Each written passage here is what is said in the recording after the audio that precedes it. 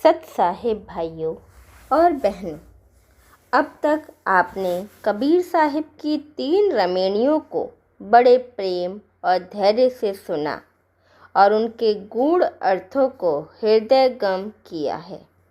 आज हम चौथी रमणी में प्रवेश कर रहे हैं। आगे बढ़ने से पहले एक भ्रम को दूर करना आवश्यक है। कुछ लोग कहते हैं कि कबीर साहिब किसी धर्म विशेष के विरोधी थे, जबकि सत्य इसके उलट है। बीजक को लिपिबद्ध करने वाले उनके प्रिय शिष्य पंडित सर्वजीत स्वयं एक महान विद्वान ब्राह्मण थे। क्या एक धर्म विरोधी संत का शिष्य कोई प्रकांड पंडित हो सकता है? कदापि नहीं। कबीर साहिब ने धर्म का नहीं बल्कि अंधकार और पाखंड का विरोध किया। उनका लक्ष्य केवल सत्य की खोज और आत्मा की मुक्ति था। कबीर साहिब कहते हैं, प्रथम चरण गुरु कीन्ह विचारा, करता गावे सर्जनहारा।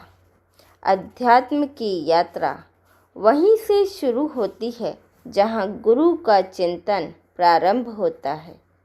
दुनिया में करोड़ों लोग ईश्वर का नाम लेते हैं, दया की भीख मांगते हैं, लेकिन कबीर साहिब एक सूक्ष्म भेद बताते हैं।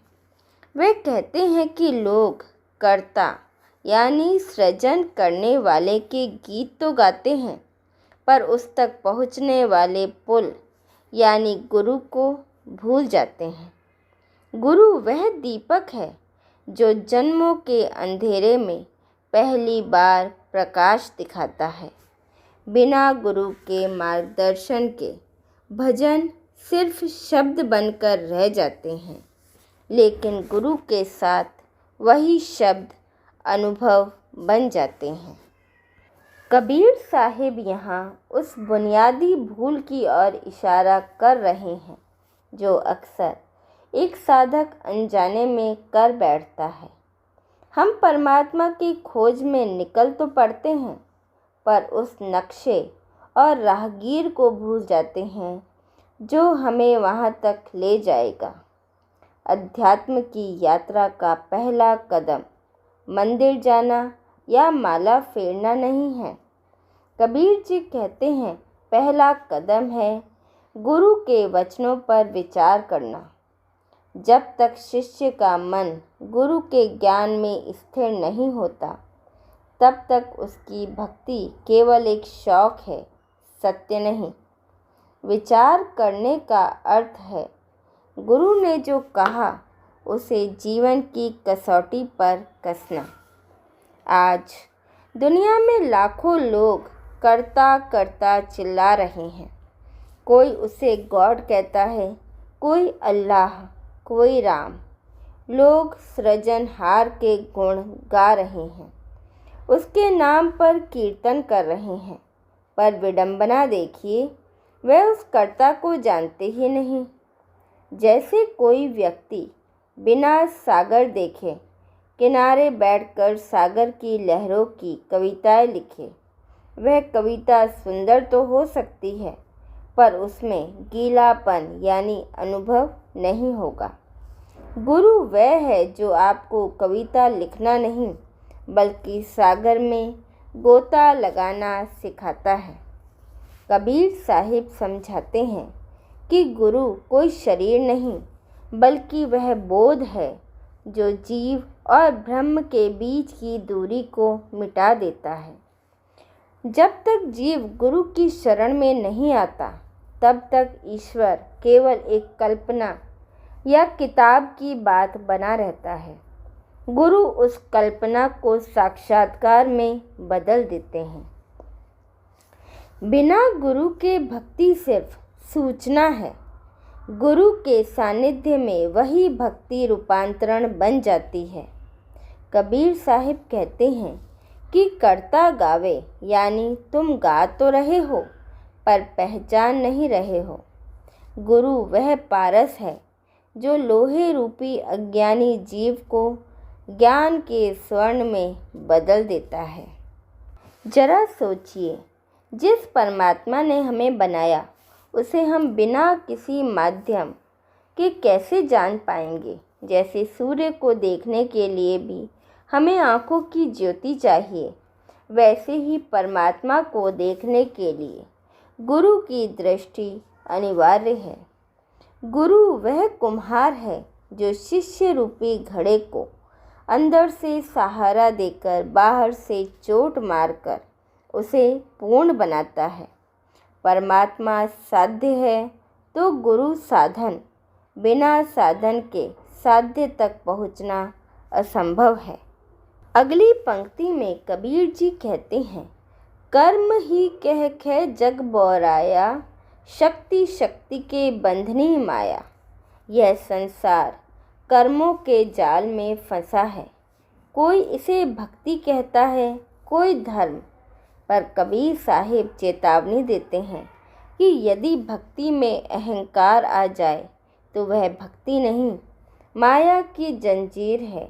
यदि तपस्या करने वाला व्यक्ति दूसरों को तुच्छ समझने लगे तो वह माया का ही विस्तार है। माया इतनी चतुर है कि वह भक्ति और शक्ति का रूप धरकर आपको और गहराई से जकड़ लेती है। इसलिए कर्म में मत खोइए, गुरु की दृष्टि से सत्य को पहचानिए। कबीर साहिब कहते हैं कि यह पूरी दुनिया कर्म के पीछे पागल यानी बोराया है। हम सुबह से शाम तक बस कुछ न कुछ करने में लगे हैं। मज़े की बात यह है कि हम अपने कर्मों को ही अपनी पहचान बना लेते हैं। कोई दान करके खुद को दानी समझता है, कोई पूजा करके खुद को भक्त। कबीर जी यहाँ चेतावनी देते हैं कि करने का यह जो अहंकार है वही सबसे बड़ी बाधा है। आम तौर पर हम मानते हैं कि शक्ति संसार का बंधन है और भक्ति मुक्ति का मार्ग है। लेकिन कबीर साहिब यहाँ एक बहुत गहरी मनोवैज्ञानिक बात कह रहे हैं। माया इतनी चालाक है कि वह भक्ति को भी बंधन बना देती है। लेकिन कैसे? यदि कोई व्यक्ति यह सोचकर माला जप रहा है कि मैं दूसरों से बड़ा भक्त हूँ या भगवान सिर्फ मेरी सुनेंगे, तो वह भक्ति नहीं बल्कि सूक्ष्म अहंकार है। माया का अर्थ केवल धन दौलत नहीं है। माया का अर्थ है वह हर चीज़ जो आपको स्वयं या अहंकार से जोड़ दे। कबीर साहिब समझाते हैं कि कर्म चाहे अच्छे हों या बुरे, यदि वह कर्तापन के भाव से किए जाएं, तो वे जंजीर की तरह हैं।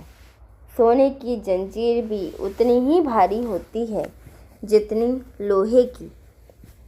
एक व्यक्ति लोभ में पड़कर चोरी करता है, दूसरा व्यक्ति मान सम्मान के लिए बड़ा दान करता है। दोनों ही अभी सत्य से दूर हैं, क्योंकि दोनों ही अपनी छवि बनाने में लगे हैं। माया का यह जाल इतना महीन है कि इसे हम अपनी आँखों से नहीं देख सकते। इसे देखने के लिए गुरु की दृष्टि चाहिए। जैसे एक पारखी ही असली और नकली हीरे की पहचान कर सकता है, वैसे ही सद्गुरु हमें बताते हैं कि हमारा कौन सा कर्म हमें परमात्मा की ओर ले जा रहा है और कौन सा कर्म हमें अहंकार के दलदल में ढकेल रहा है। कबीर साहिब का इशारा अकर्म की ओर नहीं है, यानी काम छोड़ने को नहीं कह रहे, बल्कि निष्काम होने की ओर है। कर्म तो करो, पर उसमें अपनी ममता और अहंकार मत जोड़ो। जो कर्म समर्पण के साथ किया जाए वही मुक्ति का द्वार खोलता है। तो क्या हम जो पूजा पाठ कर रहे हैं वह व्यर्थ है? नहीं, वह तब तक बंधन है जब तक उसमें मैं है। जिस दिन मैं मिट गया और वही परमात्मा रह गया, उसी दिन कर्म अकर्म बन जाता है और भक्ति मुक्ति बन जाती है। कबीर साहिब आगे कहते हैं, अद्भुत रूप बरन की बोली, उपजी प्रीति रमेनी तोली। समाज में जाति, वर्ण और भाषा की दीवारों ने मनुष्य को मनुष्य से दूर कर दिया है। कोई अपनी भाषा को श्रेष्ठ बताता है तो कोई अपनी जाति को। कबीर साहिब इसे अद्भुत रूप कहते हैं क्योंकि यह भक्ति का चोला ओढ़कर आता है, पर होता अहंकार है। लेकिन जहाँ रमेनी यानी गहन चिंतन का निश्चय होता है, वहाँ प्रेम उपजता है। जब आप आत्मा को देखना शुरू करते हैं तो ना कोई छोटा रहता है ना बड़ा। प्रेम वहीं संभव है जहाँ भेदभाव की सीमाएं समाप्त हो जाएं। गुनी अगुनी अर्थ न आवे, बहुत लोग चिन्ह ना पावा। यहाँ कबीर साहिब एक चौंकाने वाली बात कहते हैं। चाहे कोई बहुत बड़ा विद्वान हो या साधारण व्यक्ति, अधिकतर लोग उस परम तत्व को पहचान नहीं पाए। केवल शास्त्र पढ़ लेना सत्य को जानने की गारंटी नहीं है।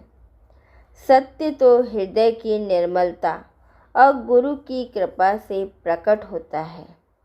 बहुत से लोग जीवन भर भक्ति का प्रचार करते रहे, पर उस चिन्ह यानी परमात्मा के अनुभव तक नहीं पहुंच सके।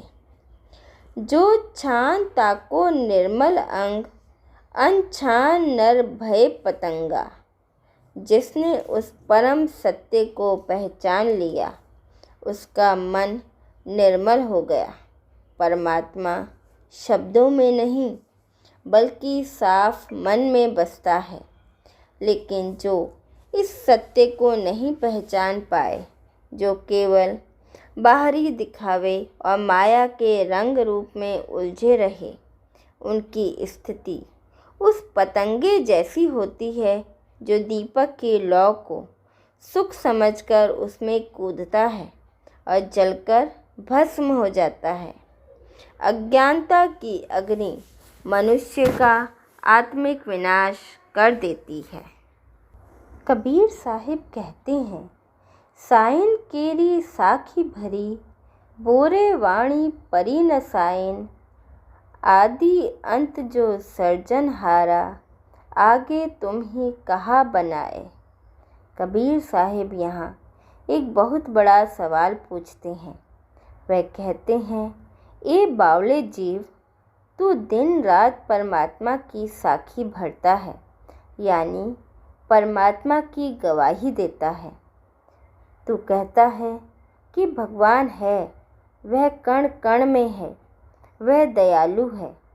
तूने नाम तो रट लिए, पर क्या कभी उस साईं यानी उस परमात्मा की वाणी को अपने भीतर सुना? हम अक्सर दूसरों की बातों को अपनी सच्चाई मान लेते हैं। हम कहते हैं कि हमने ईश्वर को पा लिया क्योंकि हमने उसके बारे में एक किताब पढ़ ली है। कबीर जी कहते हैं कि यह वैसी ही बात है जैसे कोई अंधा व्यक्ति सूरज की रोशनी की व्याख्या करे। रोशनी के बारे में बोलना एक बात है और उसे देखना बिल्कुल दूसरी बात। अगली पंक्ति में कबीर साहिब हमारे बौद्धिक अहंकार पर चोट करते हैं।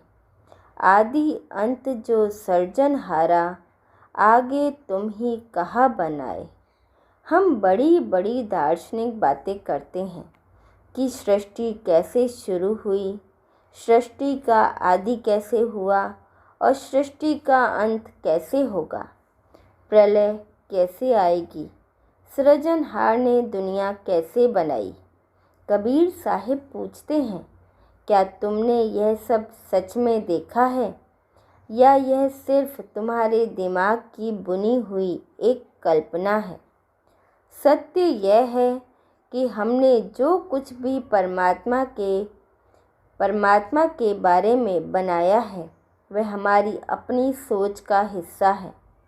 हमने अपनी सुविधा के अनुसार भगवान की एक छवि गढ़ ली है और हम उसी की पूजा कर रहे हैं। हम असलियत से कोसों दूर हैं क्योंकि हमने अनुभव की जगह सूचना को चुन लिया है। कबीर साहिब ने यहाँ बोरे शब्द का प्रयोग किया है। यह उस व्यक्ति के लिए है जो नशे में हो। हम शब्दों के नशे में हैं। हमें लगता है कि मंत्र पढ़ लेने से या धार्मिक चर्चा कर लेने से हम ज्ञानी हो गए, लेकिन कबीर साहिब कहते हैं कि जब तक तुम्हारी वाणी में उस साईं परमात्मा का अनुभव नहीं झलकता तब तक तुम्हारी सारी बातें केवल शोर है।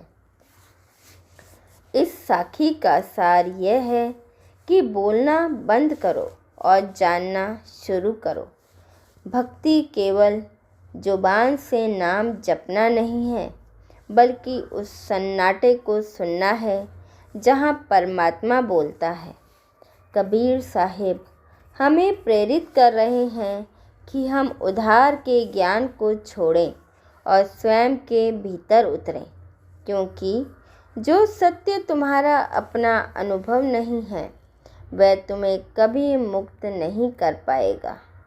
तो अगली बार जब आप परमात्मा का नाम लें तो रुककर खुद से पूछिएगा, क्या मैं उसे पुकार रहा हूँ जिसे मैं जानता हूँ, या मैं सिर्फ एक शब्द दोहरा रहा हूँ। तो भाइयों और बहनों, आज की इस चौथी रमेनी में कबीर साहिब ने हमारे सामने आध्यात्मिक जीवन का पूरा नक्शा रख दिया है। अगर हम आज की चर्चा को कुछ मुख्य बिंदुओं में समेटना चाहें तो हम इस प्रकार समेट सकते हैं। पहला बिंदु, अध्यात्म की शुरुआत परमात्मा को खोजने से नहीं बल्कि एक सद्गुरु को खोजने और उनके वचनों पर विचार करने से होती है। गुरु ही वह द्वार है जहाँ से कल्पना का अंत और अनुभव का प्रारंभ होता है। हम कर्मों के जाल में इस कदर उलझे हैं कि हमने भक्ति को ही अहंकार का साधन बना लिया है। याद रखिए, जो कर्म आपको दूसरों से बड़ा दिखाएं वह माया है, और जो कर्म आपको मिटाकर परमात्मा से मिला दे वही सच्ची भक्ति है। जाति, भाषा और वर्ण के भेदभाव केवल बाहरी शोर है। जब तक हमारी आँखों पर इन भेदों का पर्दा है तब तक प्रेम का उदय नहीं हो सकता। प्रेम वही है जहाँ अभेद है। कबीर साहिब हमें उधार के ज्ञान से बचने की चेतावनी देते हैं। केवल शास्त्रों को दोहराने या दूसरों की सुनी सुनाई बातों पर गवाही देने से कोई मुक्त नहीं होता। मुक्ति तब मिलती है जब आपका अपना मन निर्मल होता है और आप स्वयं उस सृजनहार का अनुभव करते हैं।